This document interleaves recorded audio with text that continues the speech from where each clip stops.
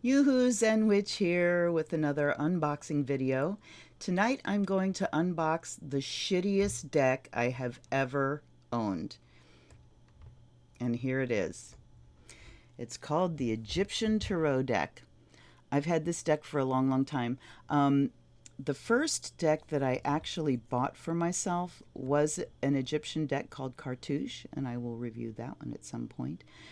But this one, I've always been into all things Egyptian. I believe it's where I started on this planet.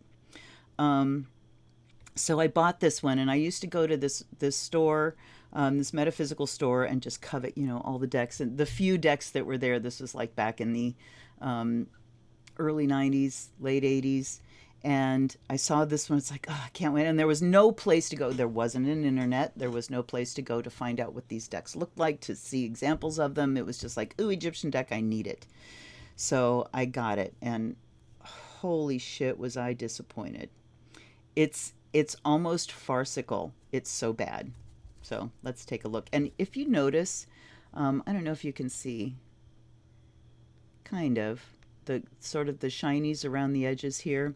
My older decks I started doing this with, and now I just do it with all of my decks, particularly ones in boxes like this, as you could see where they were starting to fall apart. So I tape. No, I don't have OCD, but I do have Mercury and Virgo. So I like things to be neat, and I don't like things to fall apart, and these boxes fall apart. Something awful. So Egyptian Tarot, complete with original instruction booklet by Comte Saint-Germain, forward by Stuart Kaplan. So we've got, the biggies of the original Tarot checking in here. The Egyptian Tarot deck contains 78 cards with Egyptian symbols and motifs. I can't wait to hear. Imagine, I don't even know if I ever read the back of this. I'm sure I did. Imagine the surprise which the discovery of an Egyptian book would cause if we learned that a work of the ancient Egyptians still existed in our time. One of the books saved from the flames which consumed their superb libraries and which contained their purest beliefs regarding interesting things. This Egyptian book does exist, and it is composed of 78 sheets divided into 5 classes. It is known as Tarot. Cours de Gébelin, 1787. This is copyright 1980 by U.S. Games.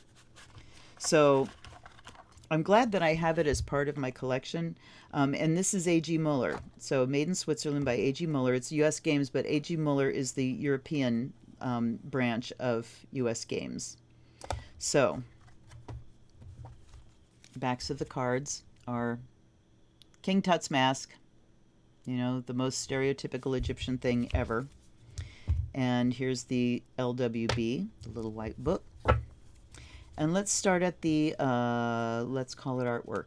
These are not in order. It does come with a blank card to block the deck. As you can see, I had the deck blocked. I don't even know the last time I got this deck out. But we have... It's kind of hard. I mean, even the set suits have numbers on them. So there's 25, the warrior of the scepter. So we have scepters, pentacles. There's warrior, slave, the crowned pentacle. I don't know if that's an ace. The warrior of the pentacle, the 5 pentacles, the master of the scepter, the 10 scepters. So you can see they're kind of like pip cards. Sorry, I didn't have those really centered there. They're line drawings, they're pip cards, very flat images. These, we've got symbols on them, and you can see that I had a cat that chewed on them. The Sphinx, so that is a major. That's the Wheel of Fortune, as you can see. 9 cups, pentacles. So we have pentacles, scepters, swords, and cups. So just scepters is substituted for wands. 6 swords, 6 pentacles, 4 of pentacles, the dazzling light, that's the sun card, the 2 ways, and I've got something else spilled on them. God knows what it is. I hate to think. Okay, I honestly don't know. It's probably something like that was in ritual. I just don't know. The 4 swords. It looks like henna, but I wasn't doing henna. that long ago when I got this deck and used it, so I don't know. The sword, so that's obviously an ace. The veiled lamp. What would that be? The hermit, probably. Typhon. I think that's the devil card. Yep, see the chains. We've got chains. Obviously a devil. Mistress of the cup. The 10 cups. The 4 scepters. Iris Urania. 3, that's the Empress. The Chariot of Osiris, obviously the Chariot. Mistress of the Pentacle, 10 swords. The Slave of the Scepter. So we have the Slave, the Warrior, the Mistress, and have we come across a King? I don't remember. The 6 scepters, 8 cups. So, you know, the pip cards are not descriptive of anything really until we look into these symbols. Slave of the Sword, 9 pentacles. Slave of the Cup. The Reaping Skeleton, that's the Death card. The Mages, obviously the Magician. The Master of the Cup, that's it. So, Slave, Warrior, Mistress, and Master. Master of the Pentacle. The Sacrifice is the Hanged Man. The 2 urns is the Temperance. 5 scepters, 3 scepters. Balance and the Sword, that's Justice. The Crocodile would be the Moon, I'm assuming. The Twilight, that's the Moon. What is the Crocodile? Oh dear. Is it the Tower? Warrior of the Cup, the Gate of the Sanctuary. There's the High Priestess. Oh my God, I keep decentering them. I'm so sorry. The Mistress of the Sword, the Scepter. That's an ace. Master of the Arcanes. Oh, that's the Hierophant. 8 pentacles. Star of the Magi. There's the star. Raising of the Dead. There's Judgment. The Cubic Stone. That's the Emperor. Thunderstruck Tower. There we go. Crown of the Magi. That looks like the world there. Yep. Or the universe. Tamed Lion, the Strength card. Okay, so why do I hate this deck? Well, I'm about to show you, hopefully. It shuffles nicely, but at least it's got that going for it, right? Which is nice. Okay. God, I'd love to know what this brown stuff is on here.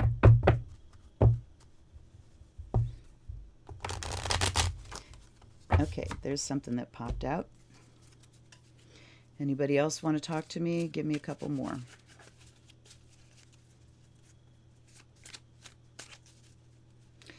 Three times through, and then I'll take 2 more off the top. That one wants to come out. All right, and then we'll take another one off the top. So let's take a look at what we got here. 2 cups, 3 pentacles, and the Warrior of the Cup. Now I'm going to look these up. I didn't have any question particularly in mind because this deck doesn't really answer questions. So we're just going to dive in, and then I will tell you why it sucks so bad. Okay, so 2 of Cups says 2 cups within a circle. This arcane means that you will enjoy a perfect union and the devotion of reciprocated love. Done. That's all it says. The 3 pentacles says here we go. 3 pentacles arranged in a triangle. This arcane foretells that you are to secure wealth through enterprises which will be conducted by you wisely and with unremitting activity. Cool. Then we have the Warrior of the Cup. So interesting the way they're laid out. We start with the, oh no, wait. Yes, we start with the Slave. Crowned Pentacle, 2 pentacles, 3 pentacles. Okay, no, we start with the Master, Mistress, Warrior, and Slave. And then we go Ace, 2, 3, 4. So, okay, we kind of go backwards through the court cards. So the Warrior of the Cup Swords. The Warrior of the Cup. This arcane means that a projected marriage will not take place and that there will be lots of troubles of all kinds on account of women. Now, I want to give you an example. I pulled this off the shelf the other night to say, you know, this is the one I want to do. I pulled some cards, and one of them was the Nine of Swords. And so let's just read a couple of these here. Okay, Nine of Swords says, 9 swords arranged in 3 triangles, points downwards. This arcane, which is number 63, means for you sorrows, mysterious struggles, danger of death by murder, or dangerous wounds. You may triumph if you are prudent and discreet. The 10 of Swords means a succession of gains and losses, of quiet times and of struggles. You will be your worst enemy. Okay.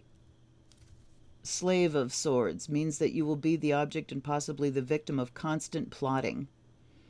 Your enemies are mean and will stop at nothing to harm you. 7 of Swords means a sudden catastrophe that may affect the brain, a loss of position, ultimate triumph. Because who wouldn't think that by, you know, having an affliction of the brain? Damn. Okay, let's see. 5 of Pentacles. Tendency to insanity. No, this is 5 of Swords. Sorry. 5 of Swords. Tendency to insanity. Angers that end in murder. Terrible revenge. Suicide. And great danger from following first impulses blindly. I mean, holy shit. How on earth would you interpret that if you're reading for someone? Okay, catastrophes that affect your brain. 8 of Swords means that you're threatened with the loss of a lawsuit, that great anxieties are in store for you. You may even be sentenced to a heavy penalty, prison, or death. 9 of Swords means for you sorrows, mysterious... Okay, I already read that one. 4 of Swords announces imminent danger, also guilty thoughts and actions, remorse and regret. It's just unbelievable. So, okay, 2 of Swords foretells a duel, but it also says that the results will not be fatal. Boy, that's good news. Your partnership will not go smoothly, and in general, many obstacles will be thrown in your way. The 3 of Swords means that you have a combative disposition and are fond of strife, lawsuits, etc. It is a favorable omen for all people who make a profession of fighting, but it throws shadows over all enterprises. The Warrior of the Sword means that you will meet with serious dangers from firearms or other weapons in the hands of declared enemies. You will die at an early age. A hatred will follow you relentlessly. I mean, that's a mic drop right there. So, where these meanings came from, I mean, it's the... Okay. Let's see if we can find out. Because this is just, they're just horrible. It is a curiosity deck, that's for sure. And again, I gotta say, I'm glad I have it in my collection because it is so odd and it's just so bad. It's so unreadable with, you know. So you do a reading, and because the way the meanings are written, this is obviously a fortune-telling deck rather than an insight deck. You know, this is, here's what's going to happen. Imagine telling someone, you know, you're going to die. Hatred will follow you and you're just plain going to die. Where the hell do you go from there? And I'm looking in the beginning here, and there's page after page of very tiny writing that talks about the history, and it looks pretty dense. I want to look here and see what... the crocodile, rising of the dead, the crown of the magi, the dazzling light. I'm still not sure what the crocodile is. At any rate, here, let's look it up. Okay, Iris Urania, the cubic stone, the chariot of Osiris, the reaping skeleton, the typhon. So the crocodile seems to be the universe. This image, which has often been called the atheist or the fool. Oh, it's the fool. It's at the end. They put the Fool after the World card. This image, which has often been called the atheist or the fool, represents a blind man with a bag on either side of his shoulder and a stick in his hand, walking toward a broken obelisk sketched on the ground, and behind which, with its huge mouth open, a crocodile awaits him. It is truly the picture of the atheist who sees not the divine light and carries the weight of his mistakes and his faults. His stick cannot guide him, and he walks urged on by fatality towards his ruin, symbolized by the voracious crocodile. In the sky above, the sun is partially eclipsed by a dark shadow, the symbol of doubt destroying faith. This arcane means that a number of misfortunes are threatening you, and that your only hope is to come to you from heaven, towards which your prayers must rise constantly. Unbelievable. Even the scepters means, two of scepters means that you will meet with great obstacles and will have to watch your interests with constant vigilance. It warns you against a partnership that will prove disastrous.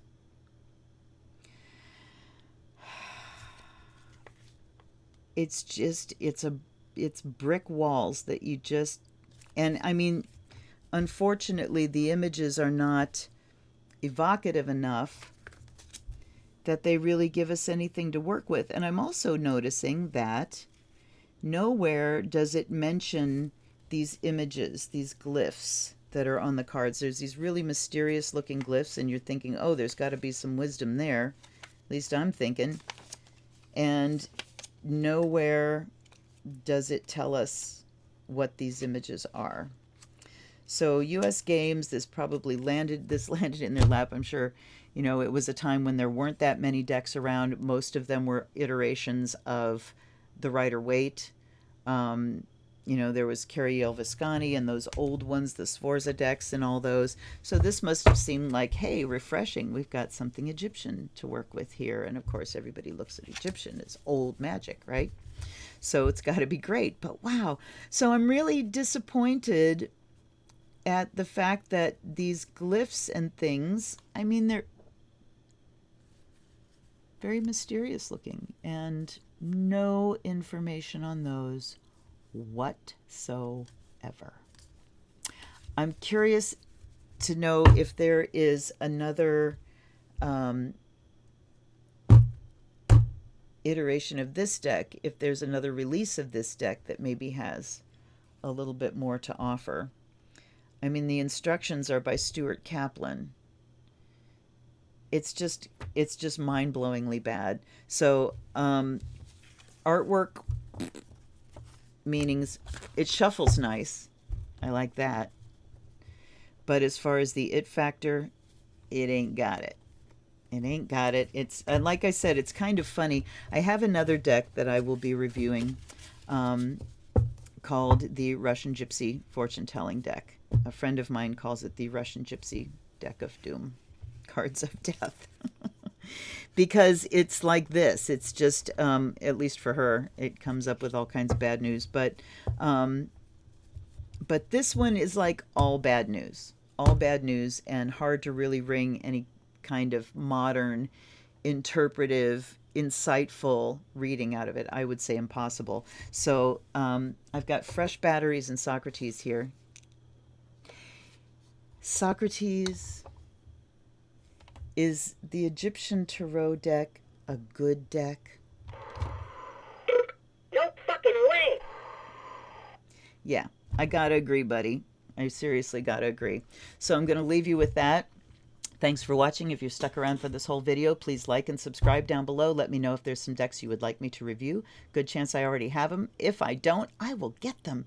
Because, damn, you know, it's such a hardship having to buy myself new decks every once in a while.